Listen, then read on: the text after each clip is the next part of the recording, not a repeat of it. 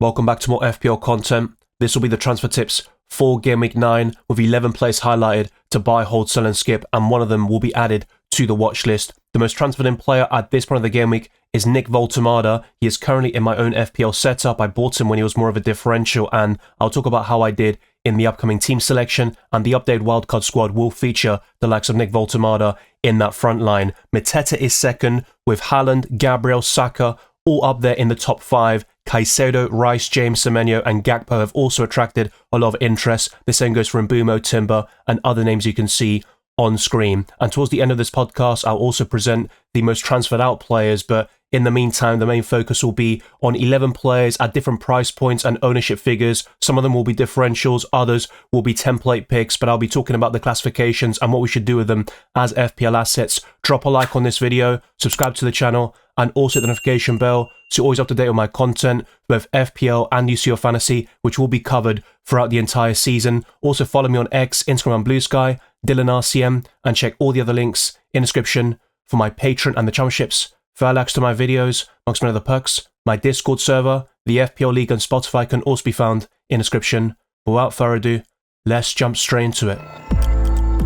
On Monday night, Nick Voltemada rose in price yet again to 7.4 million. He's one of the most popular picks at the moment and his ownership is rising. It's currently at 17% on the Tuesday and it'll probably get to 20% by the time we get to the Game Week 9 deadline. He has 4 goals in 5 Premier League matches with no assists, 11 shots inside the box and 32 FPL points. Despite losing against Brighton, Nick Voltemada scored the equaliser at the time and delivered 8 points overall. The fixtures are quite decent against Fulham at home, West Ham away, which is one you want to target for sure, Brentford away, Man City at home and Everton away, and longer term Newcastle still have sustainable fixtures and look quite decent in a lot of these matches, but you would want more creativity across the board, and I think other Newcastle attackers haven't really found their level, unlike Nick Voltemada, who has 11 shots overall, 4 on target, and all of them have been goals. The XG is 2.56 with 5 big chances, no big chance created, and 2 key passes. The XA, expected assists, is quite low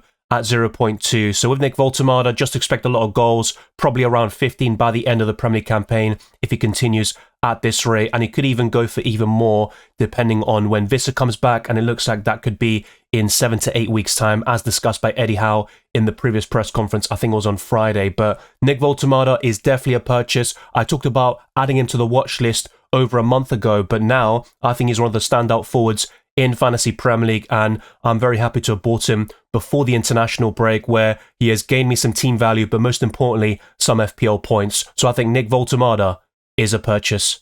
In recent seasons, whenever I've been asked about Reece James, I say just avoid him because his injury record is terrible and he's always getting his minutes managed, so it's kind of an avoid as an FPL asset. But he's had a solid start to this season and a massive return in the early kickoff on Saturday against Nottingham Forest in that 3-0 victory. Reece James got a goal and assist on top of a clean sheet to deliver 18 points overall. With Chelsea having the best fixtures up until Game Week 12, I think having a Chelsea defender is viable. You've got Cucurella and Chalobah, who are the safest picks, but I would take a punt on a Reece James in FPL if possible. And if you're wildcarding in Game Week 13, I would recommend Reece James in the next 4 game weeks, and then afterwards you can maybe avoid him or just go for more reliable assets in the long term. Now, I wouldn't go for Reece James over an Arsenal defender like Gabriel and even Calafiori, who is a bit similar to Reece James in terms of the injury record. I'd rather go for those players in terms of the next 5 to 10 game weeks as a whole, but I think Reece James as a short to medium term punt is a solid choice, and his ceiling is extremely high, and in some of these fixtures coming up like Sunderland, Wolves and Burnley,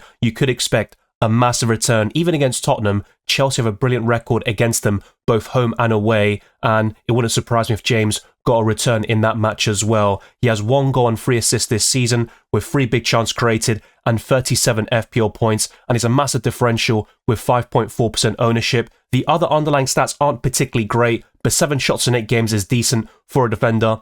4 shots on target is the same as Nick Voltemada, to be fair. 1 shot inside the box, the XG is 0.34 and the XA is 0.89, and ultimately he has 11 key passes and 1 big chance to his name. So I think Reece James as a short-term punt is worth the purchase, but if you aren't wildcarding in Game Week 13 and want someone a little bit longer term, I think an Arsenal defender will do the trick.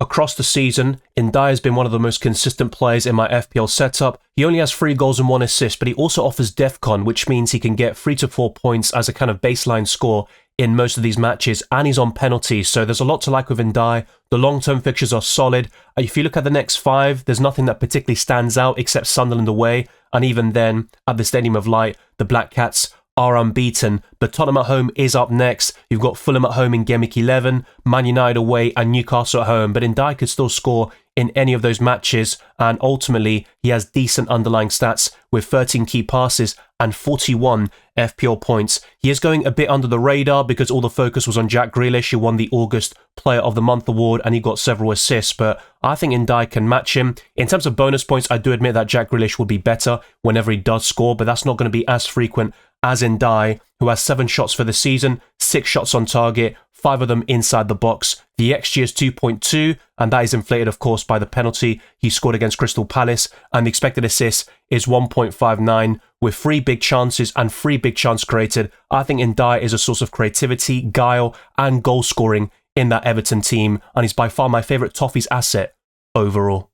No one in today's video will have better stats than Jean-Philippe Mateta, who has massively underperformed this season, even after that hat-trick against Bournemouth in that 3-3 thriller. He has 5 goals for the Premier League campaign, 15 big chances, and 37 FPL points. The ownership is 12.1%. I think he's a purchase in the long term, but for Gameweek 9 specifically, I wouldn't buy him against Arsenal away, despite the fact he scored at the Emirates on 2 occasions last season in the Carabao Cup and the Premier League as a substitute, but I think the circumstances are different this time round, and the long-term fixtures for the Eagles are promising, and that starts from Gameweek 10 against Brentford at home. Then it's Brighton, Wolves, and Man United. 3 of those fixtures are at Selhurst Park, but ultimately with the Eagles, they can be as solid away from home as they are in home matches. But just look at Mateta's stats. They are comparable with the likes of Erling Haaland. 28 shots, 16 of them on target, and 22 shots inside the box. The XG is 7.66. Even the XA isn't too shabby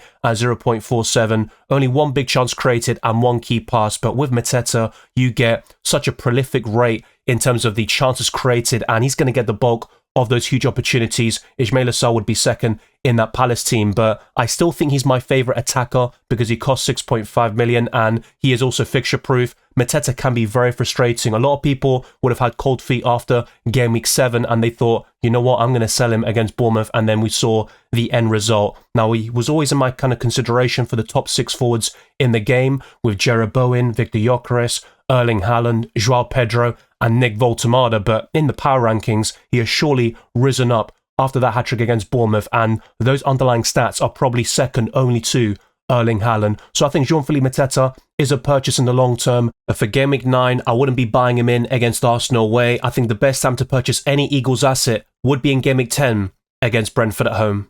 Another hold would be from the same game in Eze, a former Eagle himself. He has 3 fantasy assists this season and no Premier League goals so far. His only goal for the Gunners has come in the Carabao Cup against Port Vale, but 18 shots is very impressive in the top division with 25 FPL points, but the ownership is slowly dipping to 13.8%, and Arsenal are only behind Chelsea in terms of the FDR, the fixture difficulty rating, up until Game Week 12, which includes a home game against Tottenham Hotspur. But you look at those Burnley and Sunderland matches, and that's where Arsenal would be very appealing on paper, and they're certainly fixture proof, and Eze produced a wonderful assist against Man City for Gabriel Martinelli. Now, Eze has 6 shots on target, 11 shots inside the box. The XG is quite low at 1.42, and the XA is even worse at 0.96, with 0 big chances, 1 big chance created, and 4 key passes. But Eze has moments of magic, and once Arsenal can find his best position, because against Fulham he was quite poor, playing as the right central midfielder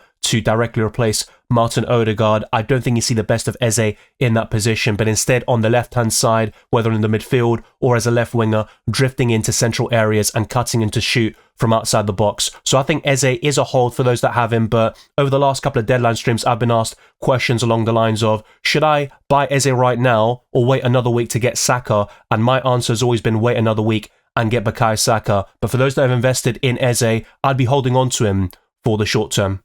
Joao Pedro is the second most transferred out player, only behind Mohamed Salah, and a lot of people are just losing patience with a Brazilian who has blanked in 4 consecutive games, and the shot volume has been terrible in this Premier League campaign, especially in those recent matches. Only 2 goals and 3 assists. It was a very good start from the Brazilian, but it has tailed off in recent matches. 8 bonus points is always impressive. I think Joao Pedro has that capability. We saw at Brighton last season where he was the main penalty taker, but with Enzo Fernandez back by Gameweek 9 or 10, you could see the Argentine take any penalties in Cole Palmer's absence, but I still have a sneaky feeling Joao Pedro could get it, especially if he's still on a goal drought to kind of break that sort of duck, and he's a very good goal scorer from penalties, and his finishing can be quite decent, but sometimes he's very frustrating and inconsistent as an FPL asset. We saw that for Brighton, but after that Club World Cup campaign for Chelsea and his start in the Premier League this season, we thought Joao Pedro would go to another level, and whilst that could still be the case later on in his career, we haven't really seen that happen in recent matches. Now, 41 FPL points is still decent, but his price has dropped dramatically. It's 7.5 million again, and it was recently up to 7.8. His ownership is now 58.9%, so he is slowly going to become the second or third highest owned asset, whilst for most of the season, he was actually the highest owned by quite some distance. But Chelsea have great fixtures on paper: Sunderland at home, Tottenham away, Wolves at home, and Burnley away. Then it's Arsenal at home, but Joao Pedro scored in both matches against the Gunners last season, and his stats are pretty poor. 11 shots is okay, but only 3 on target, 8 inside the box. The XG is 1.59, which is simply not good enough for a striker. The XA is 0.44, with 2 big chances, 3 big chance created, and 9 key passes. I think Joao Pedro will come good though with those upcoming fixtures, and Chelsea also have a very good foundation from the last couple of victories against Nottingham Forest and Liverpool. So whilst they look suspect defensively, I still think they're creating plenty of chances, and they are clearly the 4th best team in the Premier League and could push even further in the years to come. But Joao Pedro is going to be a hold. He is suspended for the Champions League against Ajax in match day 3, so he is definitely going to start against Sunderland at home. In my Gameweek 6 Transfer Tips podcast before Man City faced Burnley, I talked about buying Foden as a 1-week punt, and I didn't mind him in future game weeks like Brentford away, where he had a terrific record, but he has blanked time after time again. He has been a poor FPL asset, and he's only got 1 goal this season, which came in the Manchester derby when Man City prevailed 3-0, but 0 assists for Phil Foden. The XGI is 1.82 and only 23 FPL points. You look at Man City's upcoming fixtures, and even the likes of Rangers were discussed as sells in my recent Transfer Tips podcast. So I think with Foden, who costs even more money, I think he is the bigger priority to sell. If you've got Foden and Rangers, I think Foden is the one to sell first. His ownership is only 5.9%, but he attracted a lot of FPL interest only a month ago, and he has 10 shots overall for the season, 3 shots on target and 5 inside the box. The XG is only 0.79 and the XA is slightly better at 1.03, but 0 big chances, 1 big chance created and 10 key passes. These stats on the whole aren't good enough. The shot volume is okay and the key passes is decent, but the rest is definitely underwhelming, and Foden isn't worth 8.1 million. You've got the likes of Bruno Fernandes, Bukayo Saka, Ismail Sarr, Antoine Semenyo at similar price points, and I think all of them are significant upgrades on Phil Foden. Virgil van Dijk is still a decent FPL asset. He's going to offer you a lot of defensive contributions, and when Liverpool fix up, he's going to give you some clean sheets along the way, but that's 4 consecutive defeats for the Premier League champions, 1 in the Champions League and 3 successive losses in the Premier League alone. Man United gave the recent dagger, courtesy of Harry Maguire, and Virgil van Dijk had some questionable defending, particularly for the first goal. He has no goals or no assists this season, but he always has that goal threat from set pieces. 95 defensive contributions though is mightily impressive, and that's the main reason why some people might want to consider keeping him for the next 5 game weeks, where Liverpool have okay fixtures. I think the next 2 are kind of average. Aston Villa at home might be a bit tougher than Brentford away, but Man City away in Game Week 11 will be the one where you don't expect Liverpool to keep a clean sheet whatsoever. Nottingham Forest at home and West Ham away though look extremely promising. I think Liverpool win both of those matches for sure, but they just need that next victory. It could come in the Champions League against Frankfurt away first, and then build some momentum to then go on a winning run as they did towards the beginning of this season. But the signs were there of unsustainable performances. They need to get back to the levels they showed at the beginning of last season, where Arne Slot had an incredible start. But Van Dijk's stats in general aren't great. 4 shots with all of them inside the box, 2 shots on target. The XG is 0.35 with 2 big chances, which is decent for a defender in just 8 matches, 1 key pass, and it's basically 0 for the other stats like big chance created and the XA. But Virgil van Dijk can be a hold in certain situations, but if you can go to Gabriel or another Arsenal defender, that'll be a massive upgrade over the next 5 game weeks. And you've also got Chelsea options like Reece James, who could be very decent up until game week 13. During the warm-up against Aston Villa, Cristiano Romero picked up an abductor injury, and Thomas Frank said after the 2-1 defeat that it's a minor abductor issue, nothing big. And when he was asked if he will be fit for the Monaco game in the Champions League, Thomas Frank said, "I don't know. He could be, he couldn't. I just don't know." So in terms of that prognosis, it doesn't seem too serious, and Romero could be back in the next week or so, but I still think Romero is a sell with Tottenham's fixtures. They are near the bottom of the FDR up until game week 13, and none of those fixtures look appealing whatsoever. Even Everton away, and I think Spurs have a decent record overall against the Toffees, but not away from home, and that'll be the first meeting at the Hill Dickinson Stadium. Against Chelsea and Arsenal, they have terrible records in recent seasons and even across their history. Man United at home, that could be a decent one because Spurs have gotten a lot of victories against them. That includes the Europa League final last year. And Fulham at home is a bit of a mixed bag, but Spurs typically win those sorts of home games. But what about the clean sheet potential? I don't really see too many over the next 5, and Spurs have looked better in away matches. At home, they have been terrible. Only 1 victory, and that came against Burnley in Game Week 1, a 3-0 victory. They dropped points against last place Wolves, and they also lost against Aston Villa 2-1. So with Tottenham Hotspur, they are a bit shaky at the moment. Romero is decent for defensive contributions, but Pedro Porro and Van de Ven have been even better. And if you look at the goal potential, Romero certainly offers that from set pieces. He has 1 assist this season, only 1 shot on target, and 32 FPL points, but I think with any Spurs asset, it could be a decent time to start selling them, and with Romero having that abductor injury and with a lot of question marks about his fitness, I think it's a great opportunity to sell the Argentine. He only has 2 shots overall, 1 shot inside the box, the XG is 0.1 and the XA is 0.23, no big chances, 1 big chance created, and 2 key passes. Romero will be a decent FPL asset, but he always has a few injury problems throughout the course of the season, and Tottenham Hotspur have poor fixtures on paper. Their defence is a bit questionable at times, despite some improvements under Thomas Frank, especially in terms of set pieces, but Cristiano Romero is a sell. Brighton are extremely inconsistent, but you can kind of back them to do quite well against the biggest and best teams in the country. They beat Chelsea, albeit the red card changed the game in the second half, and against Newcastle over the weekend, they won 2-1, despite Nick Voltemada scoring a late equaliser. But Danny Welbeck scored that brace in both occasions against Chelsea and Newcastle, and he has 4 Premier League goals for the season, no assists. The XG is 3.15, which is decent, and 31 FPL points is solid. The ownership is only 3%. Brighton have promising fixtures on the horizon, like Man United away, Leeds at home, Crystal Palace away, Brentford at home, and Nottingham Forest also away from home. But Welbeck has 9 shots for the season, 5 on target, 8 inside the box. The XA is 0.46, and 6 big chances is extremely sustainable and healthy, but 0 big chance created and 5 key passes doesn't look particularly appealing. But ultimately with Danny Welbeck, he's a cheap forward at 6.3 million. My preference would be Igor Thiago though, and possibly a 4.5 million option from Bournemouth if Evanilson is out for the long term with a calf injury. That'll be talked about very soon, but Danny Welbeck is a skip for me, and with Brighton, it's quite difficult to recommend their assets because they are so inconsistent overall, but Minter's probably my favourite, as I highlighted a couple of weeks ago.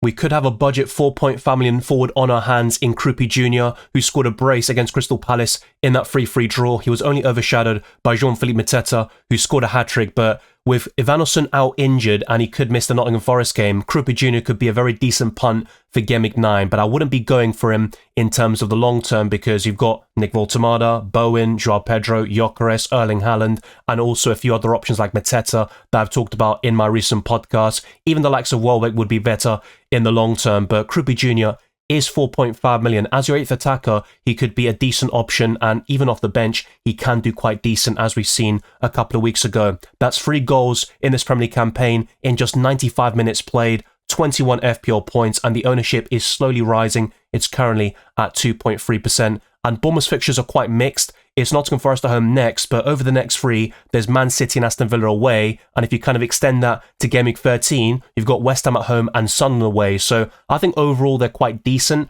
but nothing spectacular. And some of those fixtures could still become more difficult in the long term. Even Nottingham Forest now will have a manager bounce with Sean Dyche being appointed, and that could be a much more difficult proposition as it would have been under Ange Postecoglou. But Krupi Jr. could be a decent punt for Gameweek 9. I'm not disputing that, but I wouldn't be buying him in. He's someone to add to the watch list. The 19-year-old has a lot of potential. He scored for the French under-21 side over the international break, and I think he can definitely rise to even better levels in the future. Now, Iraola said after that 3-3 draw against Crystal Palace that Evanilson is injured. He felt something in the calf and he'll be out. It doesn't look big, and we'll see for next week. So there's still a chance that the Brazilian is available, but I think Krupa Jr. will get the nod after that brace against Crystal Palace, and then going into Gameweek 10 and 11, Evanilson should be back into the starting 11 unless he faces a setback in terms of his injury recovery. But I think Krupa Jr. is someone to add to the watch list, and I could see him being a good FPL asset in a couple of years' time, and maybe this season, if Evanilson is out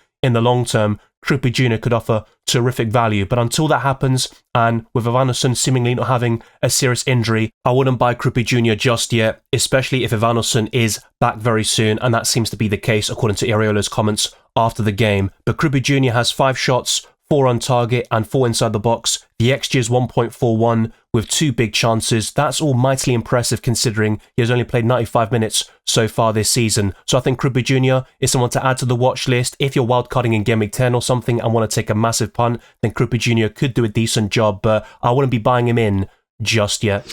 The most transferred out players at this point of the game week include Mohamed Salah, who has been sold in droves. Joao Pedro is second. He was covered in today's podcast, but we could see another price fall for Mohamed Salah tonight. So from the Tuesday going into the Wednesday, Victor Gyökeres is third, and I still think he's a hold, as I talked about recently in those Transfers podcasts as well. Reinders and Richarlison are in the top 5, but I think those two are clear sells. Enzo Fernandez, Ekitike, Van der Ven, Isak, Chris Wood, Virgil van Dijk, the list goes on, and some of these players I've talked about in a lot of detail, and the vast majority of them I think are sells, but I think in the case of Enzo Fernandez, he could be back by Gameweek 9 or 10, and he's more of a purchase than a sell right now, but probably wait until we get more clarification on that injury, and we'll see if he plays against Ajax as well. Thank you very much for watching this video and listening to this podcast. If you enjoyed it or found it insightful, then like this video, subscribe to my channel, and also the notification bell so you're always up to date on my content, both FPL and UCL Fantasy. Let's get this video to over 100 likes, and let's keep on pushing towards new goals like 37 for subscribers. Follow me on X, Instagram, and Blue Sky, DylanRCM, and check all the links in the description for my Patreon and the championships, for access to my videos, prior to comments, amongst many other perks. My Discord server, the FPL League, and Spotify can also be found in the description. I'll see you on Friday for the next deadline stream, and keep your eyes peeled for more FPL and UCL Fantasy content.